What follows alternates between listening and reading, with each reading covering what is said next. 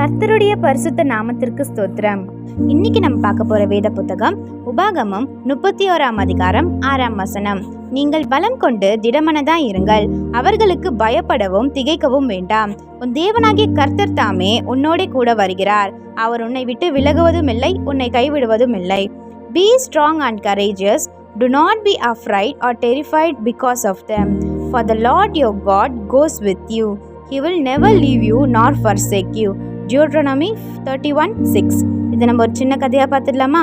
Maria basket பால் மைதானத்தின் ஓரத்தில் நின்று கொண்டிருந்தாளாம். அவளோட இதயம் ரொம்ப வேகமாக துடித்ததா. அந்த வருஷத்தின் இறுதி போட்டியாக இருந்ததுனால முழு பள்ளியுமே பார்த்து கொண்டிருந்ததா. அவ தான் அந்த அணியின் கேப்டன். ஆனால் சமீபத்தில் எல்லாமே தவறாதான் போச்சாம். 2 வீரர்கள் அணியை விட்டு சென்றார்களாம். அது அவளுடைய நெருங்கிய தோழிகளாக இருந்தாங்கண்ணா. அவங்க 2 பேருமே ரொம்ப பலமாக காயமடைந்தாங்களாம். மற்றும் அவளுடைய பயிற்சியாளர் சொன்னாரா, இதுதான் நம்ம நிரூபிக்கும் கடைசி வாய்ப்புன்னு. எதிரணி மிகவும் வலிமையாக இருந்தாங்களாம். அவங்க ரொம்பவே உயரமாகவும் நல்ல வேகமாகவும் இருந்தாங்களாம். அதனால எல்லாருமே அந்த அணி தான் ஜெயிப்பாங்கன்னு நினச்சாங்களாம். ரியா அவளோட காலணிகளை கட்டி கொண்டிருக்கும் போது அவளோட கைகள் ரொம்பவே நடுங்குச்சான். ஏசப்பா, எனக்கு ரொம்ப பயமா இருக்கு, மீண்டும் நான் தோத்தா என்ன பண்ணுவேன் அப்படின்னு அவ மேல சொல்லி கொண்டாளாம். அப்போ அவளுக்கு ஒரு வசனம் ஞாபகம் வந்துச்சான். நீங்கள் பலம் கொண்டு திடமனதா இருங்கள், அவர்களுக்கு பயப்படவும் திகைக்கவும் வேண்டாம். உன் தேவனாகிய கர்த்தர் தாமே உன்னோடு கூட வருகிறார். அவர் உன்னை விட்டு விலகுவதும் இல்லை, கைவிடுவதும் இல்லை அப்படின்னு அவளுக்கு ஞாபகம் வந்துச்சான். அந்த வார்த்தைகள் அவளோட இதயத்துல தீப்பொறியா எரிஞ்சுதான். அவள் ஆழ்ந்த மூச்சை விட்டு நிம்மதியா சிரிச்சாலாம்.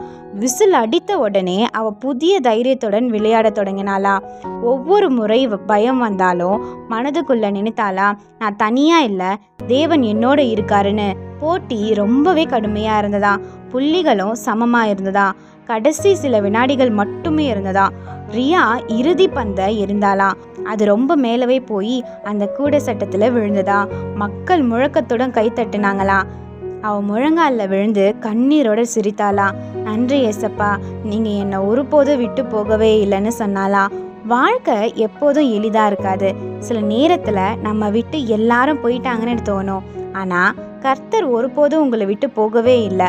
அவர் உங்களோட தான் இருக்காரு. அவருடைய வலது கை இன்னும் உங்களை தாங்கி கொண்டுதான் இருக்கு. அதனால எந்த சோதனையா இருந்தாலும் திடமனதா இருங்க. ஏன்னா ஏசப்பா உங்களோட தான் இருக்காரு. ஆமென்.